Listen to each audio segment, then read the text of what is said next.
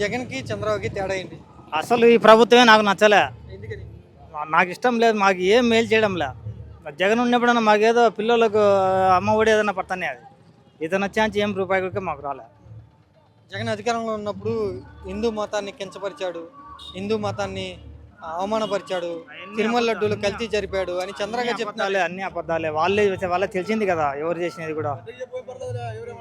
ఏం నాకు నేను నేను ఎప్పుడు జగన్ మంచినే. నేను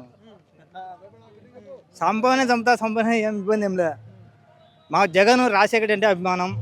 మా జగన్ మళ్ళీ కావాలా. మాకు మధ్యంతర ఎన్నికలు కావాలని కోరుకోవాలని మేము రాజమౌళిని అడగాలని వచ్చాము. చాలా కష్టపడుతుంటే ఈ వయసులో రాష్ట్రం కష్టపడతాడు. ఏం కష్టపడతామని చెప్పు.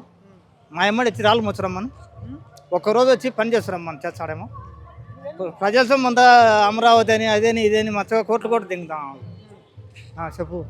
అమరావతిని డెవలప్ చేస్తుంటే మీరేం దుబ్బేస్తున్నారంటారేంటి? అమరావతి అంటే మనకేం సంబంధం? మేము ఇక్కడ ఉన్నాం. అక్కడ వాళ్ళు ఎంతో తింటాం. ఆడు ఏం తింటామని మాకు తెలుసు. డబ్బులు ఏమో మస్తుగా వస్తుంది. ఏం ఖర్చు పెడతామని తెలుసు. సంక్షేమం కూడా ఇస్తున్నారు, అభివృద్ధి కూడా చేస్తున్నారు కదా చంద్రబాబు గారు. మాకు ఇక్కడ ఏం చేయలే. మా కడప జిల్లాకు ఏమీ కానీ ₹1 కూడా ఫండ్స్లే ఏమీ లేదు. అసలు ఈ ప్రభుత్వం మాకు ఇష్టం లేదు. ఎట్ట గెలిచాడో మాకే అర్థం కాలేదు.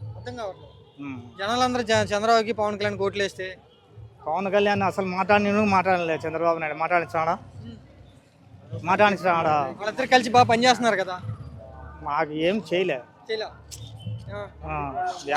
మీటింగ్ 2 ఏళ్ళగా అయింది, ఇంకా 3 ఏళ్ళు ఉంది. ఆగు.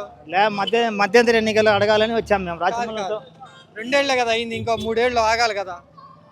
అడగాలని వచ్చాం. ఏమవుతుందో. మా రాజమౌళి మాకు కావాలా. మాకు జగనే మళ్ళీ ముఖ్యమంత్రి కావాలా.